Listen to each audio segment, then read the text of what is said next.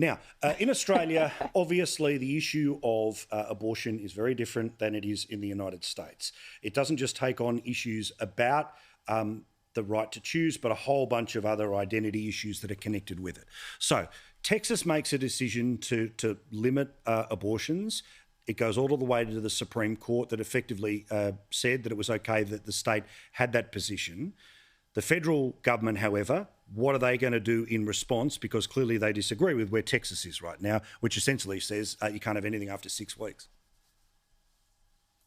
Yeah, and Biden's been on the record as very pro-choice. He's instructed the Department of Justice to try and find any legal recourse they can. But until there's actually a test case in this particular law, because it's deliberately made to be quite ambiguous about who you're actually suing, there's really nothing that is going to happen. And that was why this was such a remarkable decision by the Supreme Court, because they weren't ruling on whether abortion is legal or not, constitutional or not. The really interesting thing in this law is it basically deputizes any citizen in the state of Texas to sue anyone who's seen as facilitating or providing an abortion. If they do that, they can win up to $10,000 plus legal costs. And there's no limit on how many people can sue either. So if you have one Uber driver who takes someone to get an abortion, they could see 20 different lawsuits from within the county. But why this has become such an issue with the Supreme Court saying they can't do anything about it is because normally when they appeal these laws,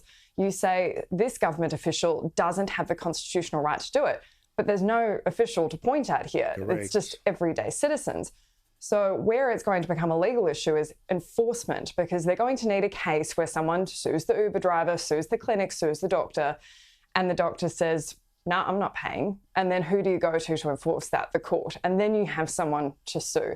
But in the meantime, 24 abortion clinics in Texas have all stepped back and said, hey, we can't do this because you're putting every employee up at that facility, for everyone to the cleaner, for the potential of an infinite amount of legal cases that could bankrupt them and potentially their families for generations to come. So they've all said, hey, this is too hard. So they're waiting for something more specific, but you can guarantee every red state in the country in the meantime is looking at this and going, hey, that's a pretty good idea. Well, because you end up, as you say, with a situation of no one's banning anything, but if nobody's willing to do anything, then guess what happens? Nothing happens, which, of course, is the whole sort of side work of this.